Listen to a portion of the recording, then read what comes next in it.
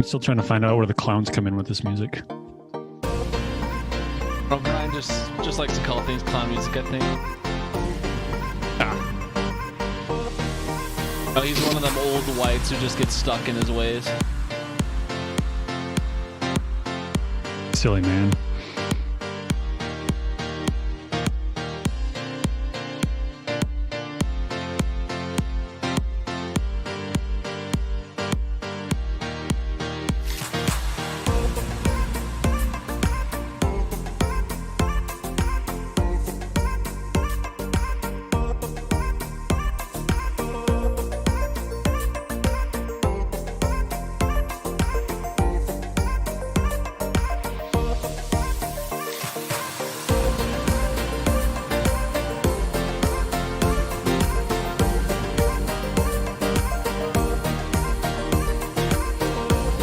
So the mock draft that I'm looking at now on tankathon.com has the Minnesota Vikings taking Caleb Farley, cornerback. Well, naturally. You seen our corners, Josh? I have not. Yeah, no one has. Exactly.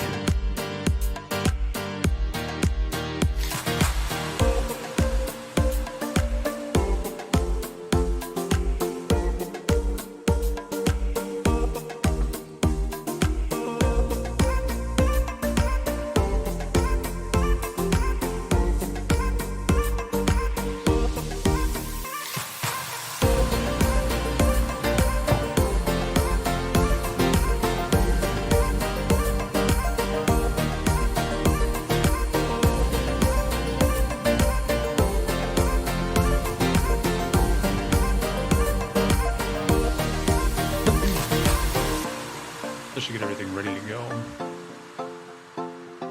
You do have, a full 90 seconds. I don't even know why you have your computer turned on right now.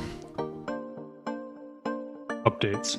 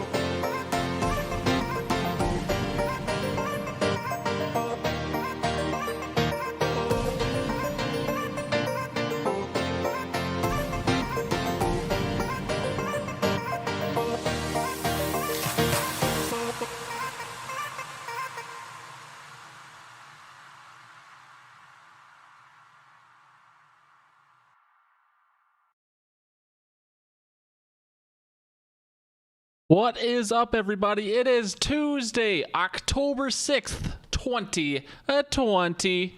We've had Monday Night Raw, we've had Friday Night SmackDown, but tonight you are getting Tuesday Night Hood.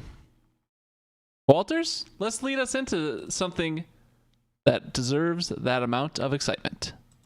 Welcome to the Hidden Oaks Overdose Football Fix with your lovely hostesses, Garlic Johnson. We're going to need to take a break here while I change my pants. And Josh Mitchell. Sitting here undefeated in everything I do, except fantasy football. No, I'm not allowed to handle crayons.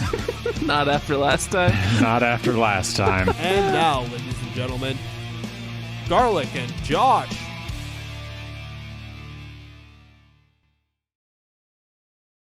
Hello, Hello, everybody, and welcome to the Hidden Oaks Overdose Football Fix podcast. I am one of your lovely hostesses, the Garlic Johnson. We are joined, as always, by your other lovely hostess, the Joshua Mitchell. Say hi to the folks, Josh. Hi, folks. That probably didn't get picked up. Hi, folks.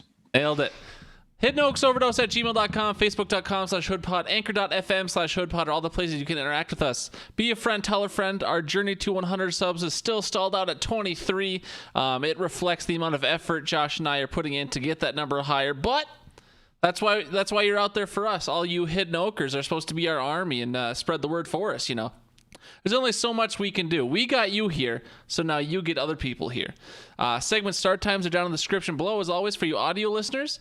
And thank you, Levi Oki, at Levi Oki Illustration on Instagram, if you ever want to reach out to a man who can draw such beautiful things. Josh, instead of asking you how you're doing tonight, is there anything you want to talk about? Anything you want to say to me before this gets going? Go Packers. Nope, not in reference to football necessarily. Anything you want to say? Anything you want to get off your chest? Anything that's maybe eating away at you a little bit? Or I honestly don't know what you're referring to. Well, Josh, you would appear to be cheating on us on specifically this podcast. Oh, yeah. No, going on to another one. I got an offer to go and participate in another podcast, so that was great. Got to plug ours a little bit here and there. I don't know if you heard that. Probably heard it one too many times. You probably drove them away, from what I remember. I was listening to it while playing Call of Duty, but we probably ruined our chances. Well, it's whatever. It's fine. I'm sure by week 6, when that podcast is done with, no one will care. Tough, dude. That is tough, but that's how it goes.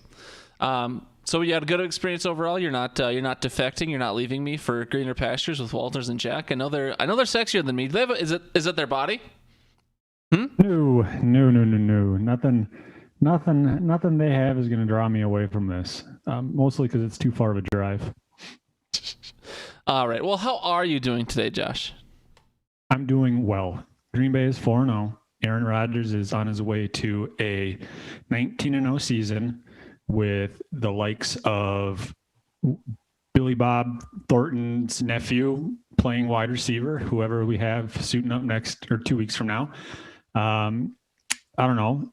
Apparently COVID is still real in Green Bay, but they refuse to acknowledge that. I mean, the Packers are acknowledging it. They're not letting anyone else in the stadium. That's true. The Packers might be the smartest and the best franchise in the NFL. Most people are saying that. No, I mean, overall, last night's game, fantastic. How are you, Gar? Well, Josh, I am doing great. We got some new tires on the old car yesterday.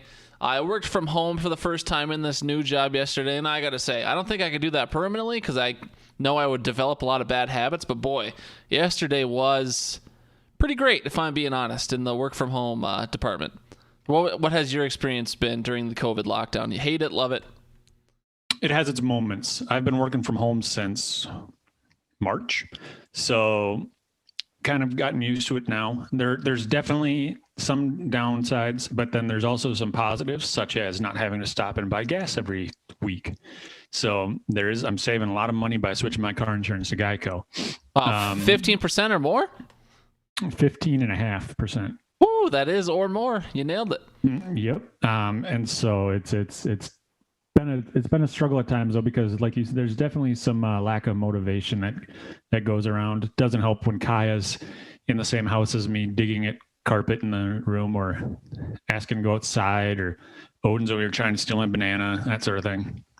Makes sense.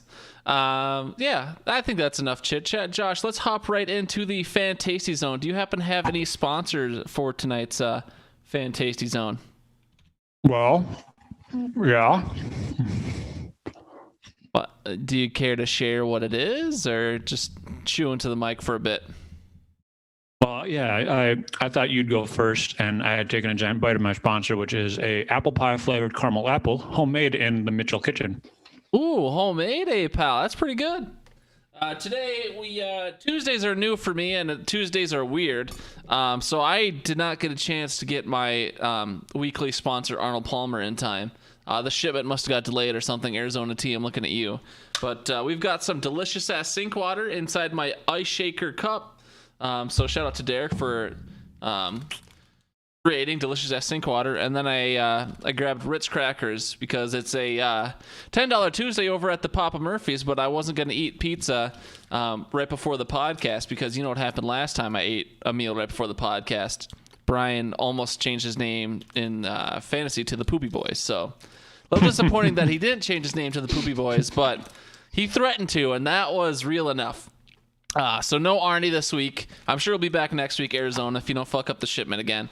But yeah, so those are our sponsors. This is the Fantasy Zone. Josh, this segment is carried on the shoulders of a great man, and his name is Brian. So let's hop right into Brian's email. If you remember, I'll call back just for a sec. If you remember last week, Brian had sent us an email calling us clunkers, and I may or may not have gone full millennial snowflake and just ripped Brian for ripping us, talking about how sensitive we are. So I don't know if this email is sincere or if Brian felt bad because he sees how inadequate you and I both are at everything we do in life, but this is what Brian writes. Subject line, show recap. Gentlemen, a nice rebound show. I appreciate the explanation of the 5 minutes of clown music. Helpful. Yes, my mom's maiden name is indeed Boland. You have deciphered the code, and if you've been following each week, you don't have access to my millions, thousands, hundreds. Well, Gar already got my last $5. Things I never thought I'd hear on the Hoodcast. Josh, ipso facto, and cornucopia. And used correctly. Nicely done. Gar. Nikita really good at faking it, with Josh replying, yeah, she really is. Josh, we need to talk. He goes on to list his Fave Five professional wrestlers. We'll get on to that later. Then he lastly says, yes, I am old school again, but much like your top 5 video games, I have fond memories as a kid waiting for All-Star Wrestling on Sunday mornings. Love the Grum, Brian, phone number, email, and then he ends it with, code has been unlocked. So, Josh, I don't... Or so he wants us to think. I was going to say, Josh, do you think this is the end of, like, the PS Codex? Is he's going to start us on a new treasure hunt, scavenger hunt, or is this it? Are we never going to see anything underneath Brian's email ever again? I don't know. I think that we're going to have to keep a vigilant eye on his email itself. He's given us some easy codes to start in his signature line. Okay. There may be some deciphering need. He may send us some messages that need to be deciphered in the actual message content. But you think, like, maybe some... Go ahead. Some ciphers and some code. You know, first letter of each line, last letter of each line, that sort of thing. Yeah, every 7th letter. I know what you're saying. I can foresee in our future a fuck you, Josh. Brian's gonna have to pull that off, but I think he can do it. No. He's got the Kirk Cousins dialect, so it would be frick you, Josh. Frick you. I mean, he said what the fuck and or what the hell. I forget what it was, but I think he said what the fuck in an email like within a month. So just saying, he's capable of the swear potty mouth words bad. I guess. All right. Go ahead. The next email, probably as you put in the notes, I brought it upon us. Wow, I haven't talked much today. This one comes from Audio Alex Williams, 3:21 p.m. today, so a couple hours ago. Josh mentioned why the Hood Pod was winning the podcast wars when he joined the victorious pod. Just thought it'd only be fair for a rebut Al.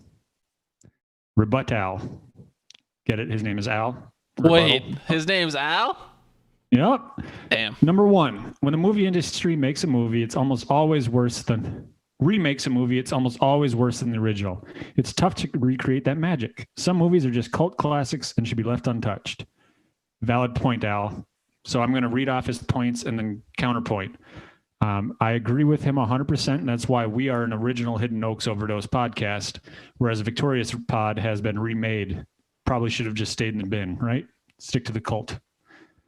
Number 2, how many bits has the Hood Pod stolen from the Victorious Pod? If you can't beat them, join them, is the saying, I think. Yes, we have taken some bits. Now they become our bits after you had left. And we will give you credit because I believe we've given you credit in the past. And so thank you for, providing some good content.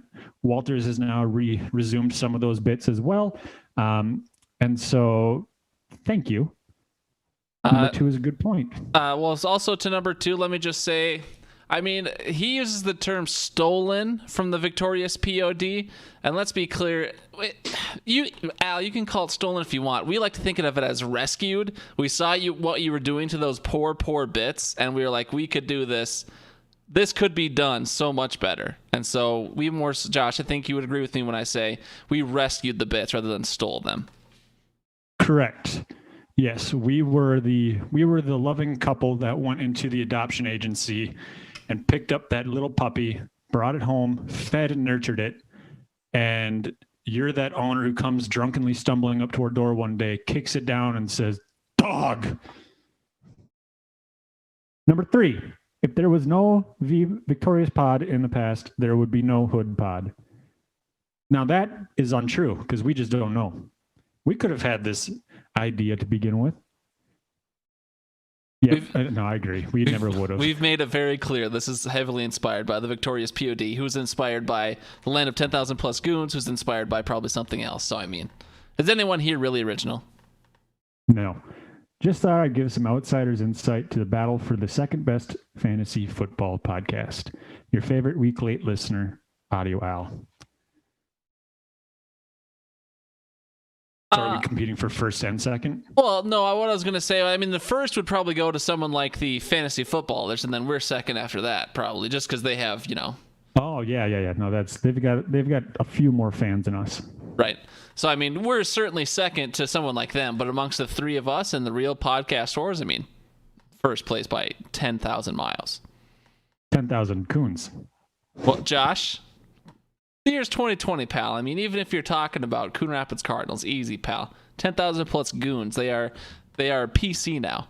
Although Al has not changed the name in his distribution, so it still reads as 10,000 plus coons. But in the podcast, he says plus goons. So he's giving us some mixed signals. Has he really moved on? Is he just a racist bigot? I mean, Al, you're looking rough out there. I just gotta say, you're making it uncertain. But that was Audio Al's email. And Josh, I will say we've got a little live note here from Walters. Make sure you talk. I know you can talk into. You're talking into the bottom of your mic. So do you see do I sound different here than when I sound right here? So just turn it there. Beautiful. Thank you, Wadio Walters. That is gorgeous. Okay, so those were our 2 emails for the week. We also got a couple of comments. Josh, I heard you revisit this on the Victorious POD, but I didn't hear what you said, so we will revisit it here on the True Pod. YouTube question from Jack last week was, since Josh is obviously going for the Minshew Mania look, what NFL player does Gar look like? And like I said, I heard you say something, but I didn't hear what it was. So for the record, who's my NFL doppelganger? We never touched on this subject. I mean, you sure did. Walters, a little help in the chat? He's not actually there. Oh, well, I don't remember it. Oh my gosh. All right, well, I guess we'll never know, Josh. I'm deleting it out of the notes right now, so it's not there next week, and the people will never know. Never happened. They're very disappointed, very sad. All right, so a YouTube question from Walters. He says, at Garlic, did you use your grandmother's famous cake pan for your Fruity Pebble bars? No, Walters. I don't bake myself. My mother bakes those for me, and I'm sure she used a different pan to bake those. So different pan altogether. A Facebook comment we got from Hammer, and I'd like to read it verbatim so I don't misread Hammer. He says, Garlic, I see Daniel Carlson is available on the waiver wire. If he is one of your top 5 non-QB, non-NFC North favorite players and is ranked a top 5 kicker so far this season, why isn't he on your squad? Well, Hammer, obviously you've never heard of the Hot Rod. you don't hashtag respect the specs. Rodrigo Blankenship in our league is currently the number 2 ranked kicker. And just because I love Daniel Carson doesn't mean he has to be on my fantasy squad. You really don't want to mix emotion with business. And so Hot Rod is the number 2, and he's holding it down. So Hot Rod will remain on my team until he goes to kicker number 36. I think, and then we got some nonsense from Jack as well.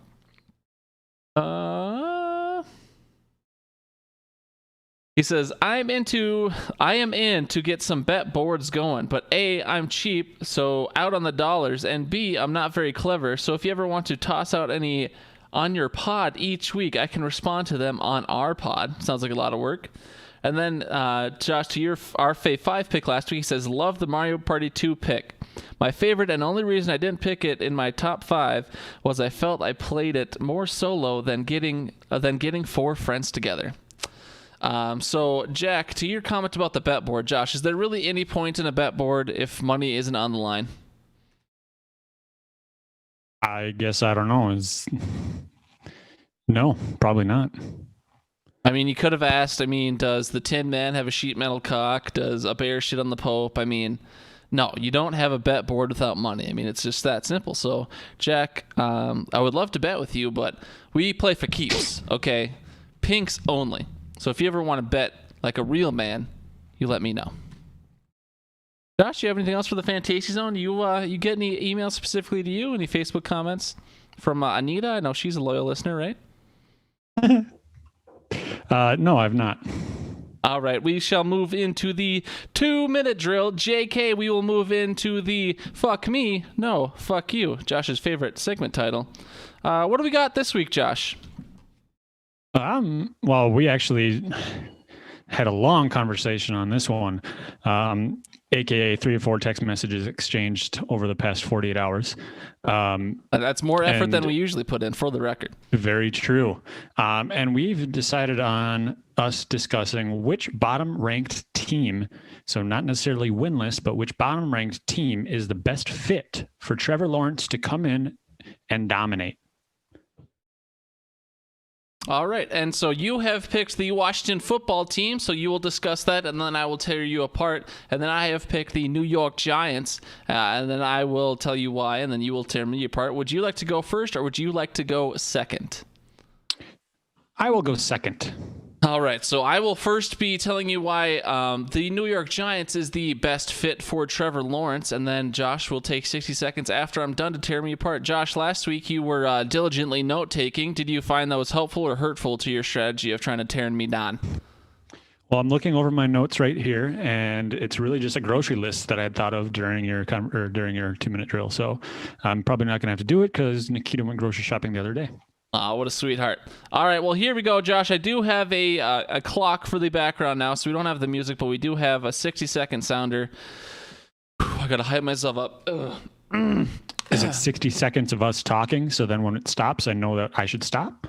That will also be the case, so there will be a dual whammy. There will be a sound effect, and also I will stop talking after 60 seconds.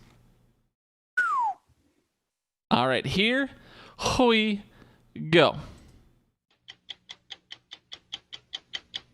All right, let's preface this by saying all bottom-ranked teams are going to be trash, so it's hard to justify where Lawrence should go based on their current production. But I like the New York Giants because unlike the teams like the Jets or teams like mainly we'll start with the Jets. They're gonna clean house. The Falcons are gonna clean house, okay? Whereas the Giants already have a head coach in town. Joe Judge is a new head coach this year, and so they're already gonna be one step above as far as game planning and continuity on all the other teams. Joe Judge is already there, and you've also got Saquon Barkley, who is a beast. If you would want anyone else on your team, it would be Saquon Barkley. The Jets got no one. Falcons got a couple receivers. But that doesn't lead to balance. You want a good running back to be a successful quarterback. And you know what? Go Giants.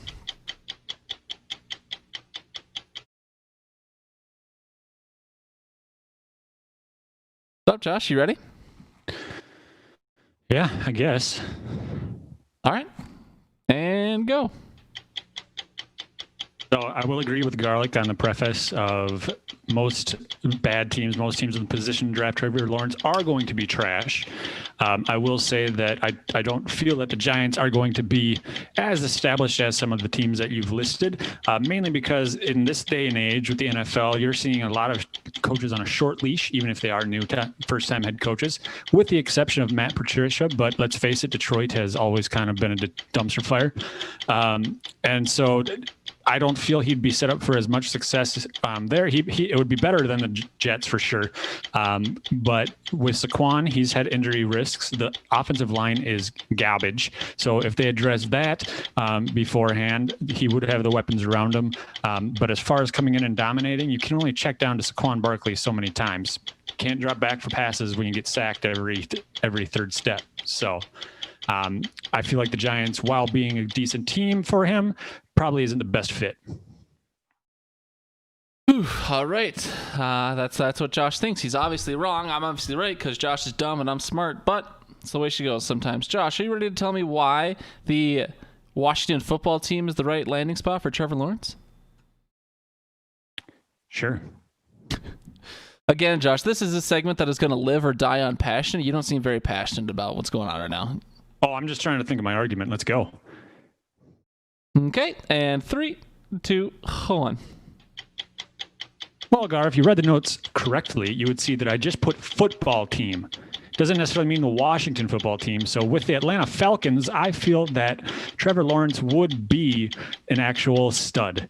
Sitting behind Matt Ryan for a year, because Matt Ryan, I believe, is in one of his final years of his contract, learn the offense a little bit, and then have somebody like Calvin Ridley to throw the ball to, along with Hayden Hurst, who's been a dominant tight end so far this year. Guys like Todd Gurley, who've been getting some rest between carries. He's one of those good running backs that you mentioned before. I would also say that they have that running back by committee that has some thunder and lightning involved, so they have the power as well as the speed shifty backs. So I do think that offense is well-rounded, and he could thrive in that.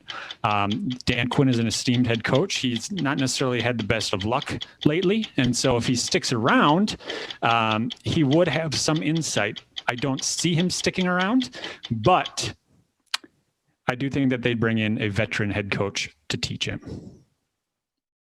Oh, Josh, there's a lot to unpack that. I don't even know if 60 seconds will be enough for me to respond, but we'll see how it goes. And for the record, Josh did say in the text message that he was going to go with the Washington football team, so I'm slightly less prepared, but here we go.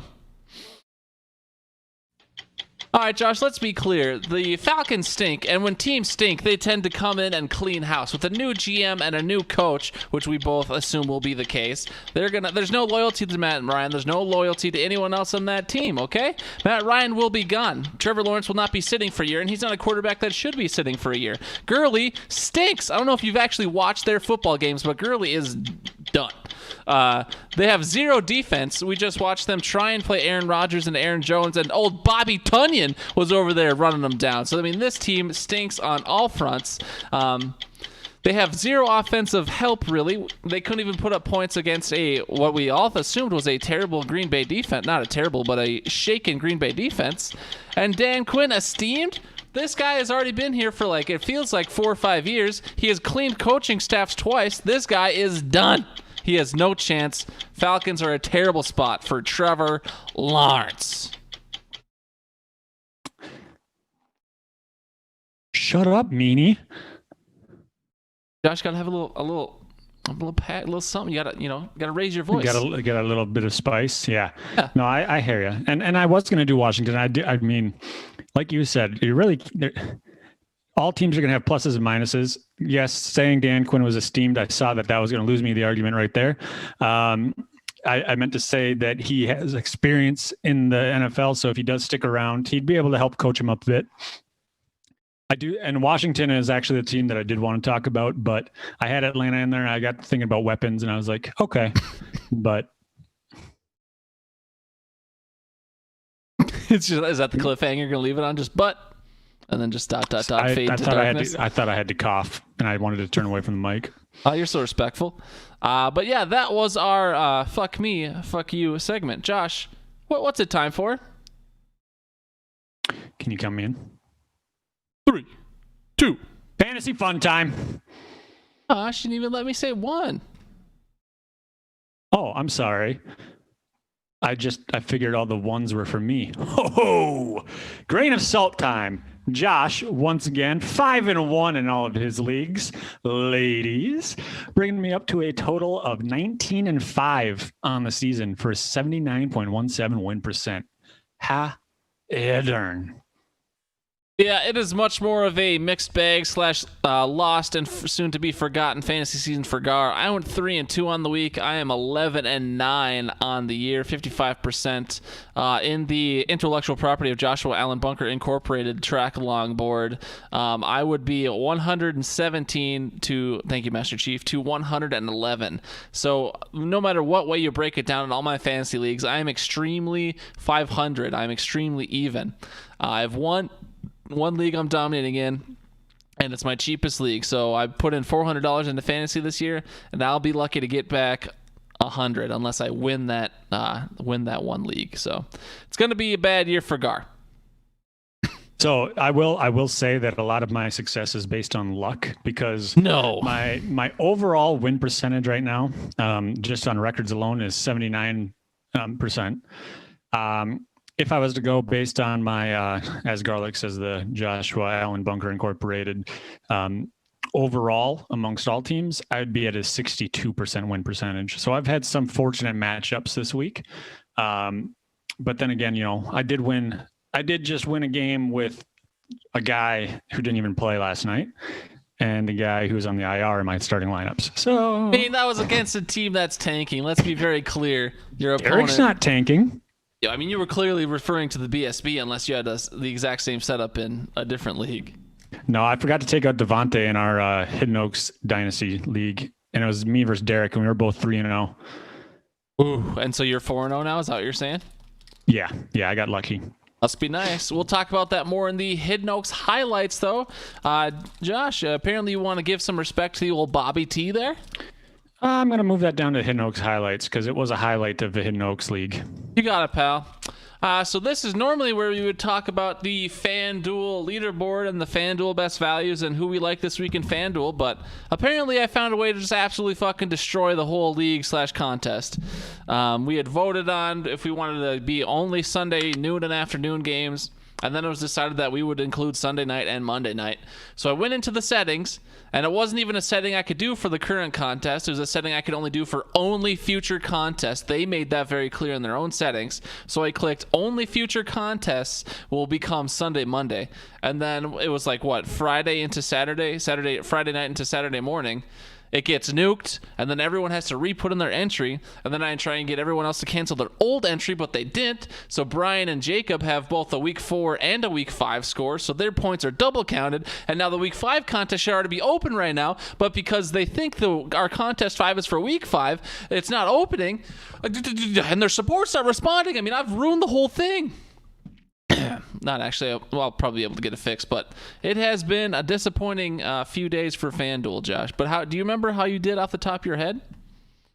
I did all right. I was trying to pull it up here just to see. I know going into last night's game, I was definitely near the bottom, but I did have Robert Tonyan in, who got 3 touchdowns, as well as Aaron Jones. So I think I ended up 3rd overall for the last week 4's contest. Not bad. And I do know that Jack it says 3rd. Sorry. All right.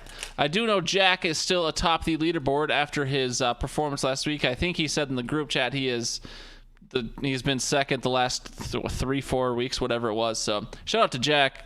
Do you think I don't know what the relation is in your score to Jack's score, or to Jack and anyone else that aren't the cheating Brian and Jake, but do you think anyone will touch Jack at this point, or is he just too dialed in? Is he going to be dominant for the rest of the year? So the rest of us should just give up. I mean, it takes one freak injury to one of his stud players during a matchup for him to fall off, drop a couple points, and there's still a lot of time left. Not that we'd wish that upon anybody, but it is still a possibility that happens. I mean, look at Calvin Ridley. Calvin Ridley was probably in some people's lineups. Didn't get a single catch last night. Fucker was in my lineup, I'll tell you that. Yeah, so there's definitely things like that could happen throughout the year, and so at this point, it's still anybody's ball game, I'd say. All right, well, hopefully we get that fixed soon, so we don't have a budget bunch for you this week or who we like this week, because we don't even see, or we can't even see the prices or who's going to be in our lineup yet. But Josh, last week for the budget bunch, I had Beasley at $5,100. Wow! That's a low price! And he put up 10 points. Drew Sample at $4,700. Wow! That's a low price! Only put up 6.2. And then Travis Homer, who I thought would get 0 points, but then it turns out that Carlos Hyde was somehow out for the game. At $5,200, he got me 7.3 points. So thank you to Travis Homer as well. So no flashy performances out of me, but no stinkers either. How did you do in the budget bunch last week, Josh? I did have a couple duds. Andy Isabella, who I thought would do well, ended up with 1.3. How much did he cost? 5,000. Wow! That's a low price! Tyler Croft, he cost 4,700. He only got 1.7 points. Wow! That's a low price! I know! And then Latavius Miss Murray, 4,900. He was the shining star of the week for our budget bunch with 20.8 points. I'm sorry, did you say something about a low price? Yeah, not bad there for the Latavius miss. The old Tay train, as we called him here, and he's probably called elsewhere as well. So, and all those sounders, completely original content. No one else has ever done that before. So, to Audio Al, go fuck yourself. We're out here doing things, and you're just jealous of how original we are, right? Right, Josh? You think Audio Al is jealous of that? No. All right. Well, like I said, this week we don't have a budget bunch. So, what, Josh? It looks like you've typed a bunch of stuff in for yours. Do you want to talk about it? I'm good. You don't want to read everything you just wrote into the budget bunch? Those are just guys that I'm keeping my eye on. So I will let everybody know, I guess, since Gar wants me to read it. PP Weenus for 4,500. Wow! Dur That's A a Cell. low price! A Dur A Cell I saw was 5,100. Wow! That's a low price! And then Seymour Sushi Slapper, $1. I'm sorry, did you say something about a low price? Wow, $1. I don't think I've seen anyone go that low. All these prices are normally in the thousands. Yeah, no, it's a unique situation where he is the chain gang ball catcher. So when they need a new football, he's the one that catches it on the sideline.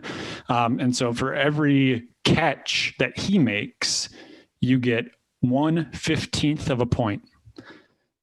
Wow, so you're thinking he will get, I mean, that doesn't round up perfectly to 1 exactly, but is he going to get half a catch, or is he going to have some rushing yards in there, or how does he get to exactly to 1? He has to catch 15 to get to 1. Oh, you said 1/15. Sorry, I was thinking 0.15. Yeah, math is difficult, and it sucks. It's tough to be dumb, Josh. It's hard out there to succeed. Yeah, but during last week's game, he had he had a record-setting performance where he had 75,000 catches. 75,000. That's were his hands tired? No, actually, he doesn't have hands. It was some rare birth accident. Sharks were involved, stingray, maybe a couple platypuses, but in the end, he ended up getting fish fins attached to his nubs, and now he works out in Seattle as a sushi slapper, hence Seymour Sushi Slapper. I see. And so is this a guy you discovered on your own? Did this come courtesy of Martin Moischew, or how did you discover the Seymour Sushi Slapper? He was on Bill Belichick's scouting report, and when I was having dinner with Bill the other day, he mentioned him a bit. Oh, where'd you guys go out to eat?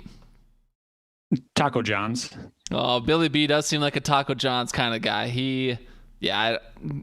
Nothing else need to say more than that. Billy B, Taco John's. All right, Josh, are you ready for the Hidden Oaks highlights? Absolutely. All right. Well, you said there was something. Oh, never mind. You're going to take a drink there. Side bet number 4 for last week was Rushmore, and it was won by the starting running back with the most rushing yards. And Wilbert absolutely destroyed this one with courtesy of Joe Mixon, who had 151 rushing yards. I remember I predicted last week that Dalvin Cook would take it. Dalvin Cook was in second with 130, so I was close, but no cigar. I went to win the $5 either way. So I'll send out the text tomorrow. But if you're listening now, you get the scoop, the inside scoop. Wilbert has won the week 4 side bet. Josh, tell us about the week 5 side bet, would you please? Immaculate reception. The wide receiver with the most receptions.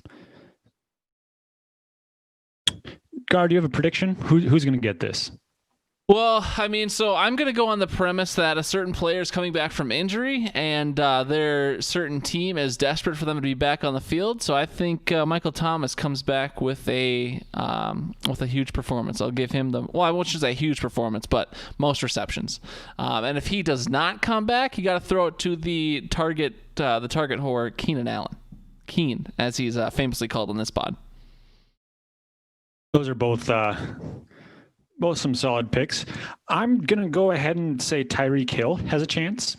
I feel like he has a lot of those games where he gets targeted often, and then he has games where he only gets targeted a couple times and he makes some waves with it.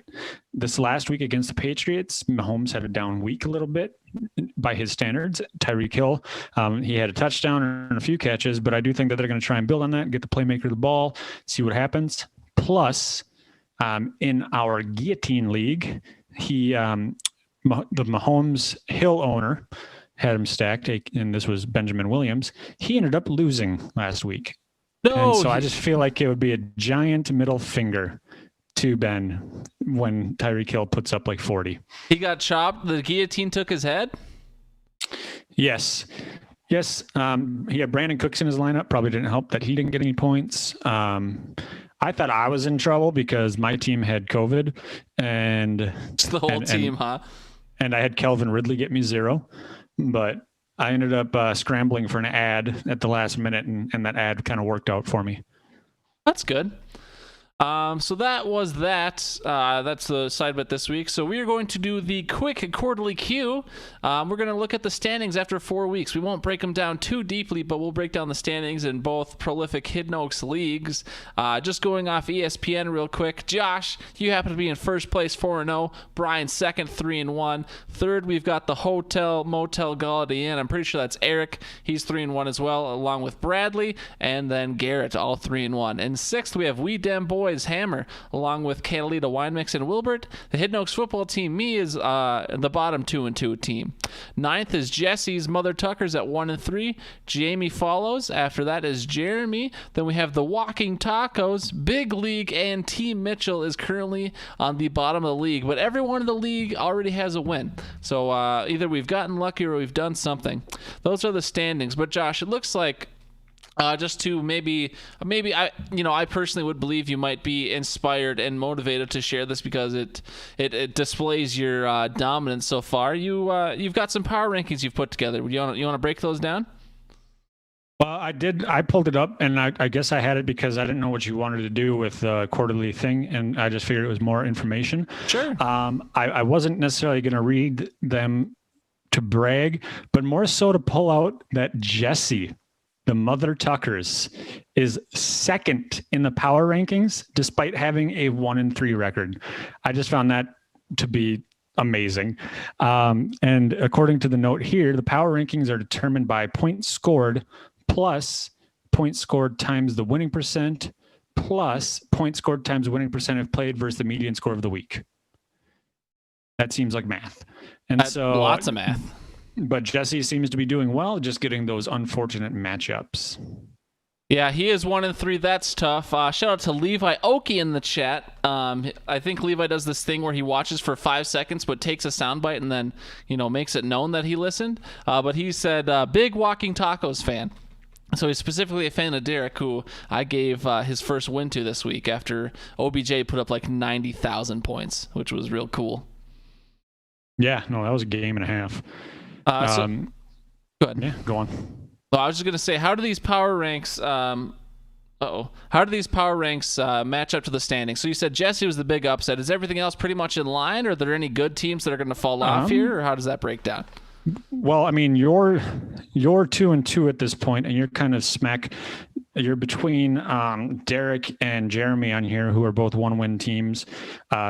Brad and Game of Jones, is that Garrett? Both of them are 3-1, and they are bottom half. And so I'm just guessing they don't put up a lot of points, and they have some more favorable matchups involved. But yeah, otherwise, it looks kind of relative. It's still pretty early in the season to determine, how accurate these things are. Well, right. I mean, we got a podcast. We got to talk about this shit, I think that the top one is going to remain the same throughout the entire season, and then the remaining 13 teams are going to be battling it out. So, how have you remained so lucky, Josh? How have you avoided the injury bug that seems to have plagued everybody else? Is your team training different? Is it pliability? You guys TB12? What's the Campfire Strikes Back difference that could inspire me to maybe turn my season around? Well, I'm definitely going to have to change my team name. I don't want to, but I did drop Cam Newton yesterday. What? Even before the waivers go through on Wednesday, or did you pick someone else up before a Monday night game? I had to, well, that's the thing I dropped him on Sunday morning. Okay. Because that's when we found out about the game possibly being delayed. Yep. As well as Devontae Adams. And no, maybe it was yesterday morning. I can't remember. Anyways, I had Devontae in my lineup because it wasn't known that he wasn't playing until yesterday morning. So it must have been yesterday when I did this. I also had, I made the rash decision to drop Cam because I had to sit him because of COVID. And I picked up Robert Tonyan to put my flex Bobby over T. Devontae Adams. And let me tell you what, this is where we're going to lead into the next part of this show. That man saved my undefeated season, being down 50 points to Jamie. She had Matt Ryan. I had Todd Gurley, who put up 20. Robert Tonyan put up 30. The kicker for Atlanta, who I didn't even realize had never kicked in the NFL before last night, he gave me 2. So 2 points is good. And then Calvin Ridley gave me a goose egg. Robert Tonyan is the savior of my 4th win. And that's all I'm going to say. Are you going to send him like something in the mail thanking him and praising him? Are you going to... I might send him an autographed mixtape or something. I don't know. Autograph mixtape. Any chance I'll even take an unaugraphed one, but any chance I can get my hand on one of those mixtapes? Yeah, I just got to find the flash drive that Walters gave me of the Victoria's Secret podcast season 2. You mean your amazing Christmas gift that you got? Yeah. Josh, I do see, before we move on to the Dynasty League, I do see you have a second table here for the Redraft League. Did you want to break that down at all? I mean, it's pretty similar to the power rankings, but it looks like it's projecting finishes 1 through 7th. Yeah, it's every team's percentage to make the playoffs in certain spots. I deleted like the 8th place on. Makes sense. 7 teams make the playoffs. And so, there's a few teams. I mean, everybody still technically has a chance. Nikita is sitting at a 1% chance though, so a little bit less than some of the other ones. Tough, dude. But when it comes to injury bugs, she is the San Francisco 49ers of this league. I mean, if you look at her roster, it looks like my deflate these balls roster. You couldn't even roster a full lineup if you wanted to. Like you literally did not have another running back, I don't think. I didn't. I think you had Keyshawn in the taxi squad. But yep. Yeah, tough, dude.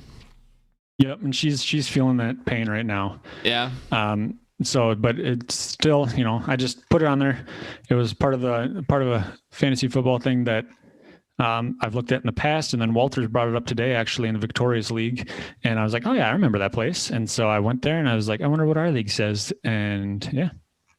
Gotcha. So do you think Nate kind of wasn't having a good time / I pushed him out of the league based on how he reacted this year. Do you find that, or do you think that, based on your knowledge of your own wife, is she defeated by this? Like, is she pretty much given up on the season? Or is she going to still grind and hope to push through? Or what is Nikita's mindset with that 1% chance to make the playoffs, 1-3 team, bottom of the normal standings? I mean, what is her mentality right now? Like most people in this situation, she's... Definitely down about the injuries to her team. I mean, who wouldn't be? Because I thought she had a pretty solid team before the season started, and then everybody went out and got hurt. And so, yeah, that's obviously upsetting, but she's still participating in waivers, asking opinions on things, and trying to salvage what she can. I'm guaranteeing she doesn't want to wear that medal. So, ooh, the dumpster fire medal introduced this year. I mean, she has a chance once the playoffs hit because it's not just regular season standings, but it's not looking good for Nikita. So hopefully she picks up enough to not wear that medal because it'd be embarrassing. And plus, it might weigh her down. That thing's big. Yeah, I don't know if she could use it as a sled. All right.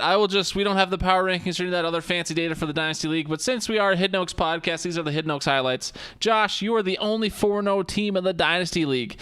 Following you is Swanee, aka Jalen. He's 3-1. And third is Derek, also 3-1. Fourth is Country Roads, Take Mahome.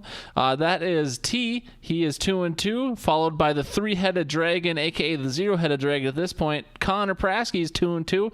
Brad's Goffing It Up is 2-2, and Kevin Brown, Team Jacobs, is 2-2. Nate is 1-3. He just got his first win of the year. Hammerset is also 1-3, and rock bottom of the league is your gentle Golden Giants, Gare Bear and I. A little disappointing, a little depressing, but you know what? I think next year will be our year. Yeah, no. Play for the future, right? That's what they say. I mean, T's not repeating this year, so I mean, I don't got much to worry about. Just, take someone like Mike Williams, one of those surefire first overall picks in a Dynasty League. That was the year we won the league, Josh. So I think we're going to have to go back to that if we want to see some success. I'm not superstitious, but I'm at least medium-stitious at that point. First overall, we might have to take a receiver. Just saying. We won that year. Right. We won that year. We went worst to first. Yeah, that's Hidden Oaks highlights. We can move on. Here, what do we got left? The Fave Five. Josh, what's this week's Fave Five, brother? Thank you for using brother, because we're talking about our favorite professional wrestlers. Yeah, so this week's Fave Five is professional wrestlers. To be clear, that is people from like the WWE, the WCW back in the day, WWF, AEW, not that MMA, UFC bullshit. Those are amateur wrestlers. The guys we're talking about tonight are professionals. And so we've had a couple fan submissions. I will favor those who left us some sort of explanations over those who did not. So I will go with the people who just gave us a list of names first. We're going to do the outside fans separate just to give them a little bit more love. But submission by the Jackua Vickers. He has, I don't know if this goes top to bottom to top, how he has it listed, but his Fave 5 includes Shawn Michaels, Randy Orton, John Cena, Triple H, and Stone Cold. So no one going too old. The oldest guy he's got on the oldest three, I guess. Shawn Michaels, Triple H, and Stone Cold. Those go back to the Attitude Era. Obviously, Stone Cold the oldest amongst the list. But so yeah, definitely some old school out of Jack here. I'm guessing he hasn't watched wrestling in some time and maybe faded out mid to late 2010s. How do you feel about that list, Josh? Any thoughts on Jack's list? Wasn't listening, but great list. All right, moving on to Bradley Knupp. He lists out Shane McMahon, Rey Mysterio, Chris Jericho, Triple H makes his second appearance, and then Roman Reigns. As someone who has watched wrestling events with Bradley, I can tell you that he does have an affinity for Roman Reigns, and I can't tell you why. I'm not even sure he could tell you why, but Roman Reigns is definitely a guy Brad likes a lot. He also went on to comment, he's like, oh, forgot about the beast incarnate, Brock Lesnar. So Bradley's got a Fave 6 there. I'm sure he'd change someone out if he could, but I didn't give him that opportunity. So those are Bradley's. Who would you prefer to go with next? Brian, Alex, or Jordan? I think we should save Jordan for last, just because he is by far the biggest wrestling fan of the three that I know of, and he provided the most feedback. I can read Alex's though. Actually, no, I can read Brian's. You go for it, pal. Make Brian proud. Brian's top 5 wrestlers. Number 5, superstar Billy Graham, the original bad guy. Number 4, Chief Wahoo McDaniel, former NFL player who figured he could make more money in the squared circle. Times they have changed. Number 3, Andre the Giant. Andre? Is that what you just said? Andre the Giant? Andre the Giant. Anybody who can hold a 12-pack in one hand needs to make this list. Respectful. Number 2, the Crusher. I think that's Andre the Giant's name after he drinks the 12-pack. But he carried a keg on his shoulder and smoked a cigar during interviews. I'm just going to stop the list right there. I figured you would enjoy that little tidbit. But Baron von Raschke, the Claw, could paralyze an opponent by grabbing their stomach. Nobody has been able to replicate that. That is number 1? Yep. Nice. All right. So not a bad list out of Brian there. Obviously, he did say that there is a special consideration to Mean Gene Okerlund. Not necessarily a wrestler, but a man who was the foundation of the original WWF. Oh, yeah. Mean Gene was a manager technically, but he did take some bumps. He was heavily involved for a long time. So shout out there.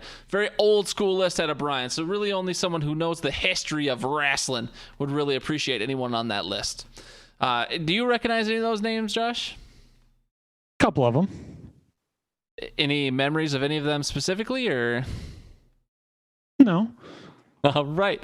We will move on to the audio owl, the A-Dub. For what it's worth, he sent this in before he sent in his slam letter courtesy of Josh's slam talk himself. So I think he was in a cheerier mood when he sent this one. He starts out with honorable mention, The Miz.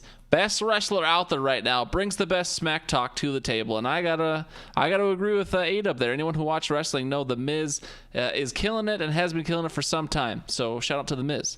Number 5, A-Dub has The Undertaker. His streak at WrestleMania is the most impressive feat in all of pro sports. And you know what? I couldn't agree more. I think he was 21-0 or 20-0. I forget what it was, but over 21 straight wins at WrestleMania. Even if wrestling's fake, that's very incredible. Good for you, Undertaker. Good for you to stay on top for that long. Number 4 for A-Dub is Matt Hardy. So many personalities and was a big part in the greatest match of all time, AEW's Stadium Stampede match.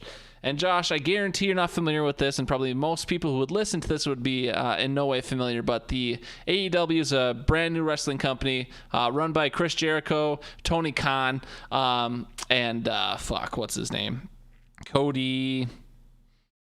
I forget his last name off the top of my head. I just blanked there, but it was an incredible match. So if you want to watch good wrestling, go look up the AEW Stadium Stampede. Number 3 out of AEW is Scotty 2 Hotty. He says, always wanted to do the worm. Simple, lovely. Number 2 is Rikishi, best finisher in the game. Josh, are you familiar with Rikishi's finisher? I am. I can honestly say I would not want to be on the receiving end of it. No, and the outfit he wore made it that much worse. That thong was not protective enough, let's just say. And as a big man, I know sometimes it can be hard to wipe. So I'm sure there's some guys who walked out of there with some brown noses, if you know what I mean. I am very sure that it is not COVID safe. Definitely not 6 feet away. Finally on A-Dub's list is The Rock. I hung a right on Know Your Role Boulevard, took a left into Jabroni Drive, and checked myself into the SmackDown Hotel. Honestly surprised that this is, we've done 4 lists so far, and I'm pretty sure this is the first person who had The Rock on it, so... The Rock is iconic both for what he did in wrestling and what he's done since. But, Josh, what are your personal opinions on The Rock? Overall, very hard substance. Can do some damage to a window if you throw it hard enough. Much like its little brother, the Pebble. It can cause a bit of a discomfort if in your shoe. Oof. Well, Levi, you're gonna have to. We've got 3 more lists. You're just gonna have to keep paying attention. Levi's still in the chat miraculously.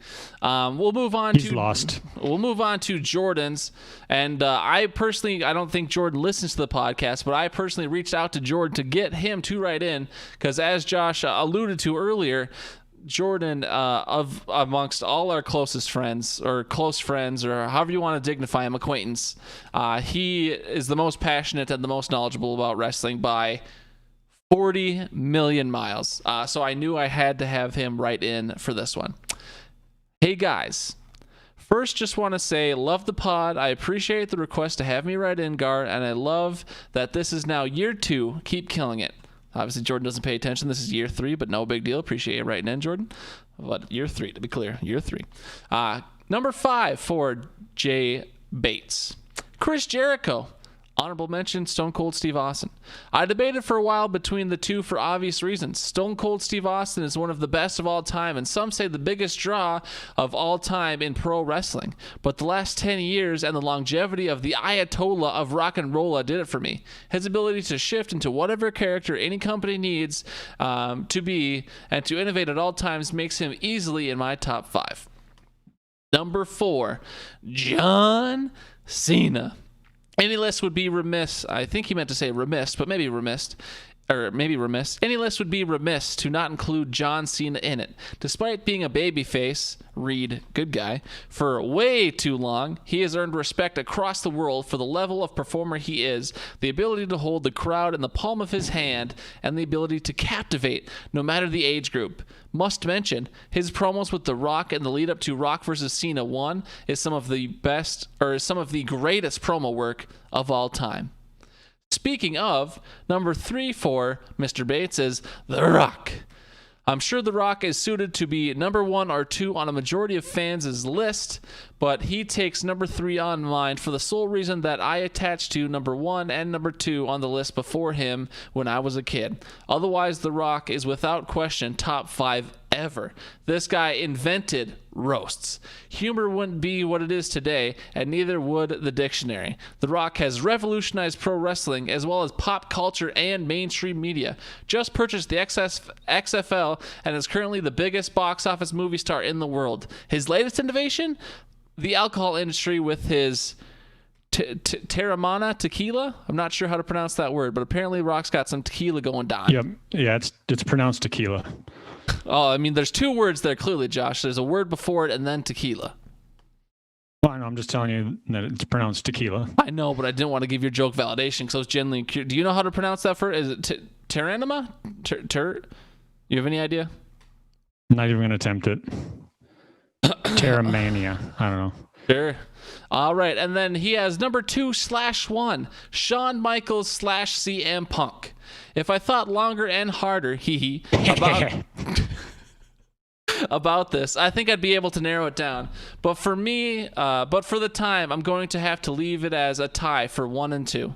Shawn Michaels, HBK, which is the Heartbreak Kid, the Showstopper, the Main Event, the Icon, Mr. WrestleMania. Shawn Michaels is likened to The Rock, but strictly in pro wrestling. Shawn Michaels spans across generations and revolutionized the sport of pro wrestling on so many different facets.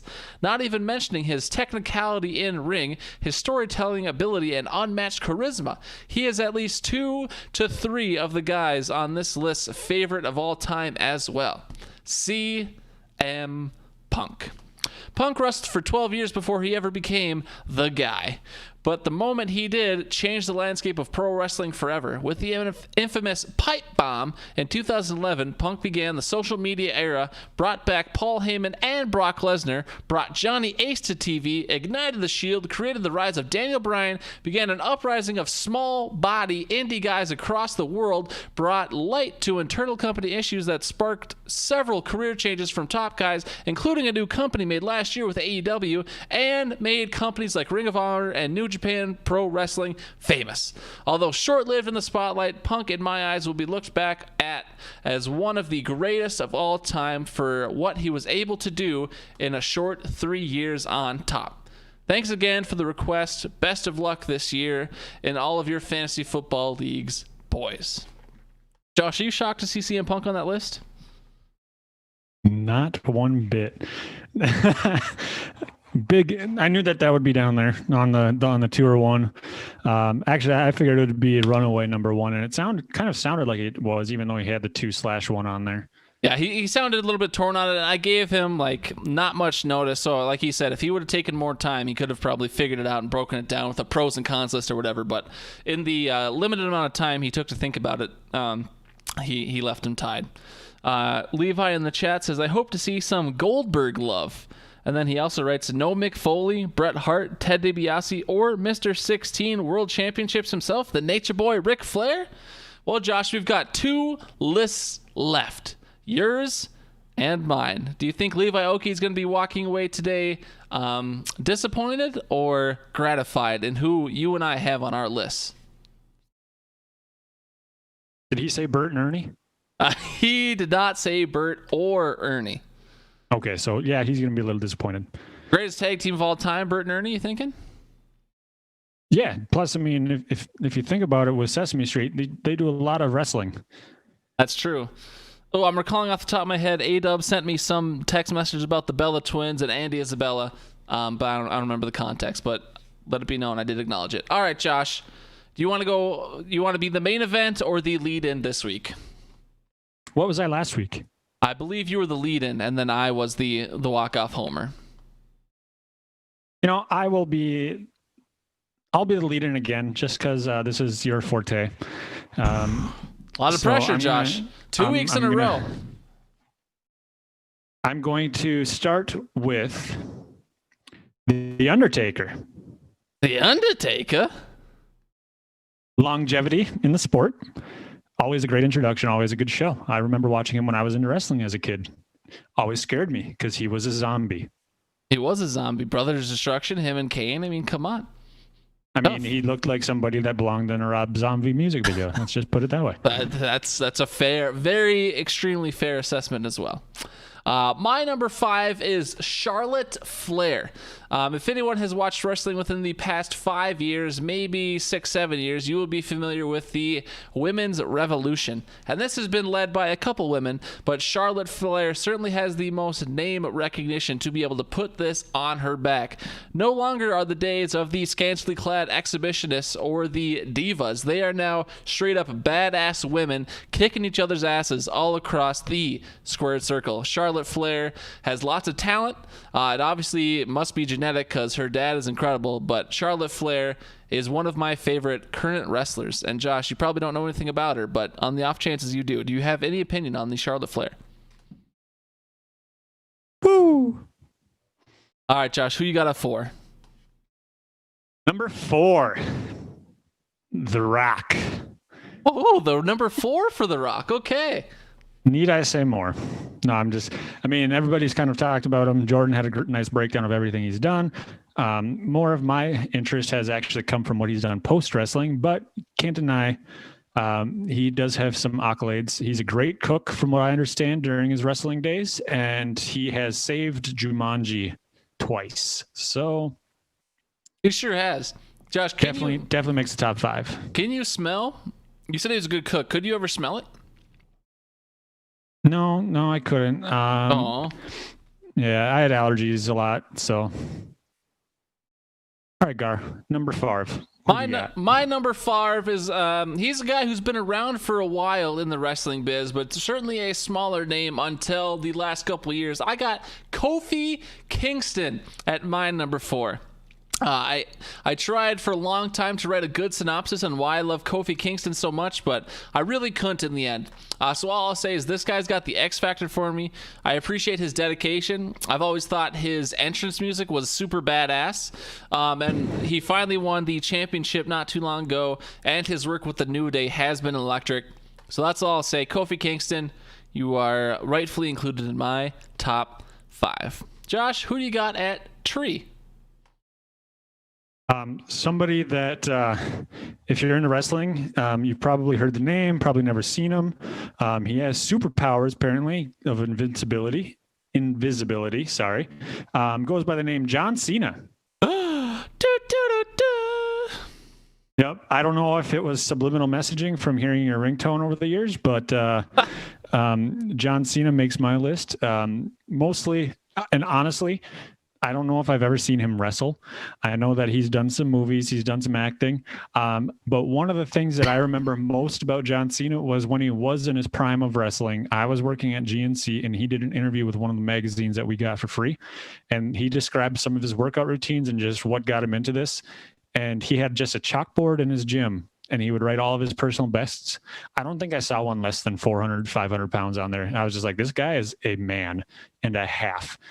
Plus, he just looks like a really nice guy. He does look like a pretty swell gentleman, doesn't he? Yeah. So that was my number 3. My number 3 is the Viva la Raza, Lie, Cheat, and Steal, Eddie Guerrero. So I've gone through a couple different facets of my wrestling fandom, and this one dates back to, obviously, when Eddie was alive, because he unfortunately took his own life in Minnesota many years ago. But Eddie Guerrero, as a kid, I again, another X Factor thing, I just absolutely loved him. His music was baller. Him being a pimp all the time was just super fun, and as a kid, I don't want to say I idolized it because that's not the right way to look at it, but just Eddie Guerrero was super entertaining. And that's the whole point. Professional wrestling is sports entertainment. So Eddie Guerrero, you are my 3rd fave professional wrestler. Josh, who you got at number 2? At number 2.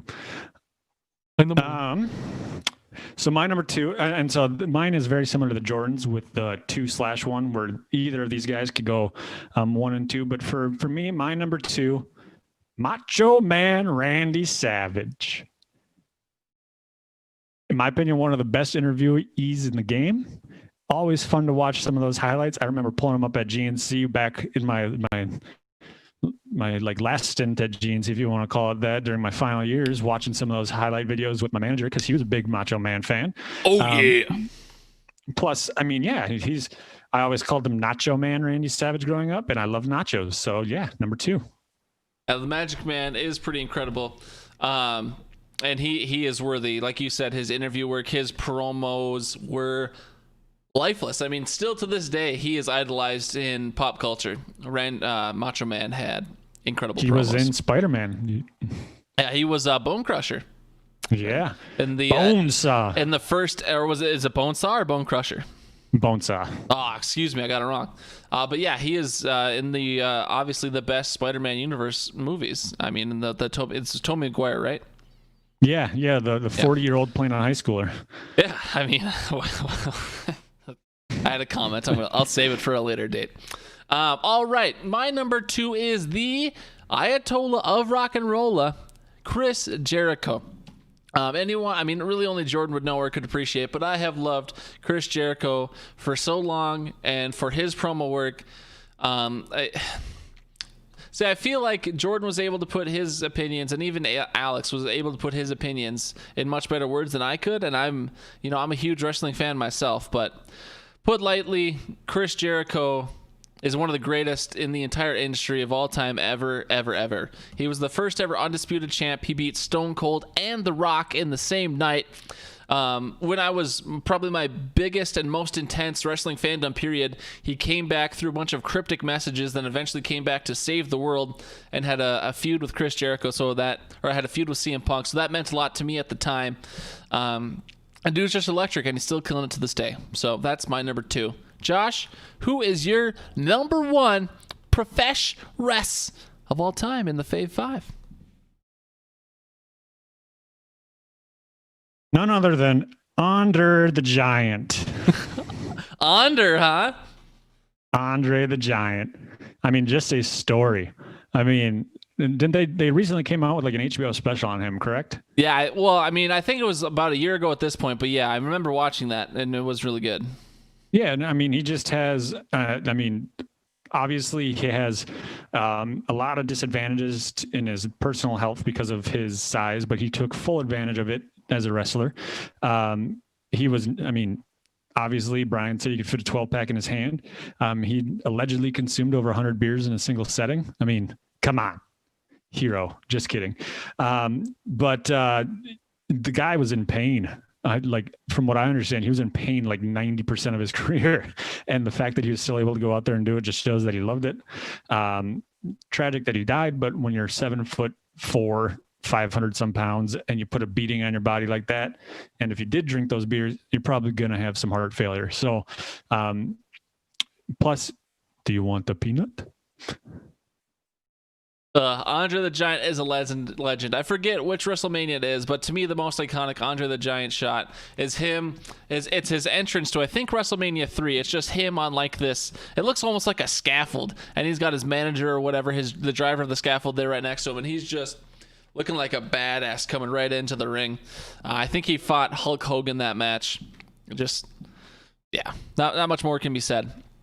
Josh, my number one, and I'm sure you're going to be shocked because you already talked about my what's been my ringtone for about 48 years, but... And his name is John Cena!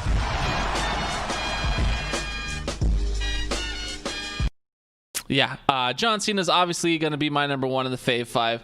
The guy's longevity, his promo work, his wrestling, as Jordan put it, his ability to hold the crowd in his hand. People, everyone. If you're a mark, which I'm a mark most of the time, and you're following the kayfabe, to use all the fancy wrestling words I know, it is easy to fall in love with the good guys. But John Cena has done it for so long to the point where all the hardcore wrestling fans would boo him for being a good guy, but they would still boo him strongly and adamantly. And the whole point of being a wrestler is to get a reaction. Whether you're a good guy, a bad guy, some sort of in-betweener, your whole purpose in life is to get a crowd reaction. And John Cena is one of the best in the biz to get that crowd to react no matter what he's doing. And so that's electric. He cut a promo one time where he talked about, because he carried the WWE for a long time. I think he's finally out of that. He's not done wrestling, but he's not carrying the company anymore. But as he put it himself, he was a WWE superstar when it wasn't so cool to be a WWE superstar. There was the Attitude Era that everybody loved. There was some hard rock stuff in the 90s. And then John Cena pretty much led it all through the early 2000s and really into 2015, 2016. John Cena had the whole company on his back. And that's when wrestling was less popular, certainly. So, John Cena, you're my man. I love you very much. Rise above hate, never give up. Hustle loyal to respect, all that cliche, dumb bullshit that makes people mark out. I love you long time. Levi Oki writes in the chat, Macho Man is a strong pick. Single-handedly got me into Slim Jims. Josh, are you a Slim Jim guy? No, not really. Did you have any...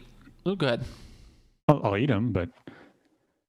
Did you have any honorable mentions on your list? 'Cause I know you say you usually list out 6 or 7, but I don't know if you did this week or not. I was actually shocked to find him on Brad's list too. Rey Mysterio was my honorable mention. 619. Always remember playing as him in the old school wrestling game, and he just was always the most fun to play with. And if I remember correctly, didn't he wrestle Andre the Giant way back when? It's possible. I guess my wrestling knowledge defeats me in that. I'm not so good at the history. All right. That might need, because it feels like they might not have overlapped, but if they did, it would be very shortly. That's possible. Ray's been around for a long time. Did you have anyone else in your honorable mentions?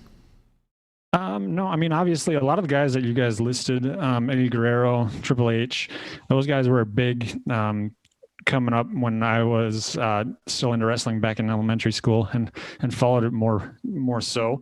And so those guys, Ric Flair, obviously, just quoting him, some of the memes.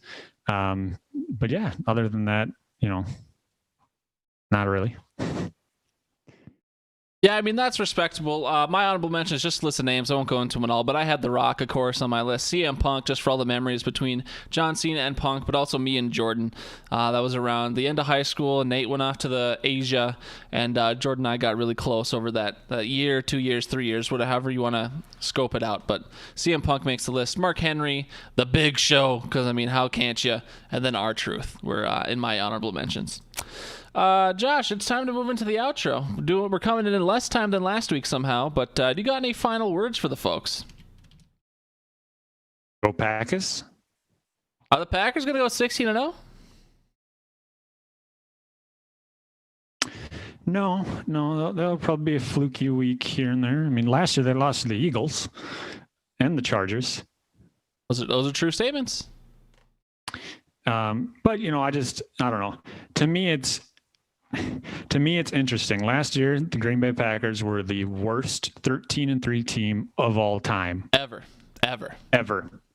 This year, they are the best 4-0 team Of all time? Of all time.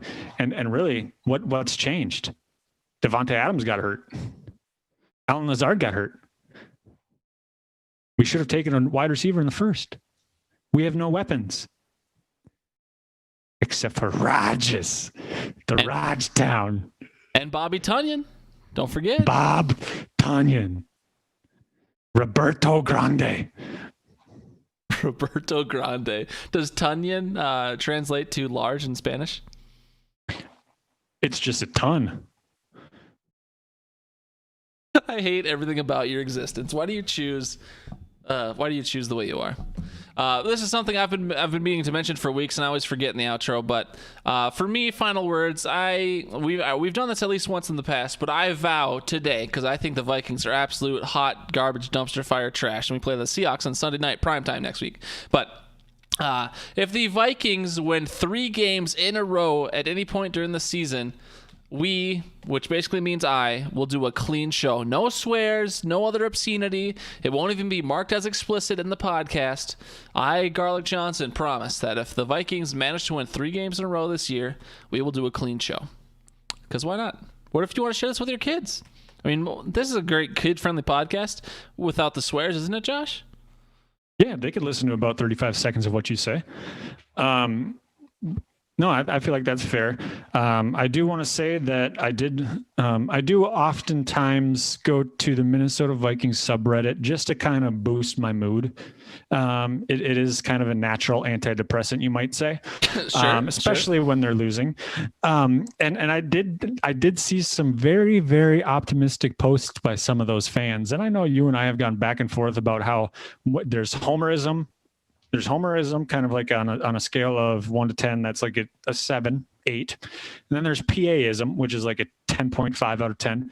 And then the Vikings subreddit is a 25,000 out of 10. There is a lot of optimism there, and they feel like and I understand this might be the original post might have been a joke, but somebody said 13-3 is in all likelihood a reality. And then there were comments saying, yes, it's a joke. But then there was just a handful of people in there. Do you really think we're going to go 13-3? I've been telling my friends this. And I just want to know what brand of paint those kids are drinking. I mean, Josh, I'm sure people on the internet have said these things. There's no doubt you are telling full truths. But I mean, for you to go in and cherry pick all the things that make you feel better about yourself, or all the things that you could use just to shit all over the Vikings. Do you want me to go into the Packers subreddit? Because I know what a shit show that can be. Do you want me to highlight some of the things I can find? No, I can highlight some of those things too. I do. Every fan base has a bunch of fucking idiots, and there's no doubt about it. So I mean, I'm sure there are some Vikings fans who are way too overly optimistic, but let's be fair if we can here, pal. Packers fans are just as deluded, even if your team is much better than ours right now. We should have a short bit where we just go through and we cherry pick just the most outrageous positive and negative comments for each team. That'd be a good bit. I'd like that. Maybe we'll work it into next week. We got a full week to craft that out. All right, Josh, those are the final words. Stay safe, everybody. COVID's still real. The fucking president got it. He was in the hospital. He's out now. He says he feels like he's 20 years younger. Probably not doing the country any good, telling him Corona's not a big deal. But and speaking of the president, voting is scary and it's real, and the world is divided. But try to stay safe and above it if you can. HiddenOaksOverdose@gmail.com, Facebook.com/HoodPod, Anchor.fm/HoodPod. Those are all the places you can interact with us, as well as YouTube. Be a friend, tell a friend. Our journey to 100 subs to get that custom URL is still very much underway. We have not given up just yet. So if you could, we would appreciate. Josh? I hear that just by, adding our podcast into your Christmas cards, perchance. That's a great way to connect with family. Thanksgiving's coming up. A lot of football gets played. You know what kind of just speaks to me as a great kind of Thanksgiving dinner background noise? The Hidden Oaks Overdose Football Fix podcast. That's true. We've also got New Year's parties. As soon as the clock strikes 0 at midnight, start off 2021 on a positive note with the Hidden Oaks Overdose Football Fix. You know, there's a lot of opportunity coming up for you to just spread the joy that we bring into your ear canal. Josh, I mean, I couldn't follow that up. You put it eloquently, and I love you for it. Have a good night, folks. Go Packers. Bye, Josh. Bye, Gar. Miss you. Miss you too.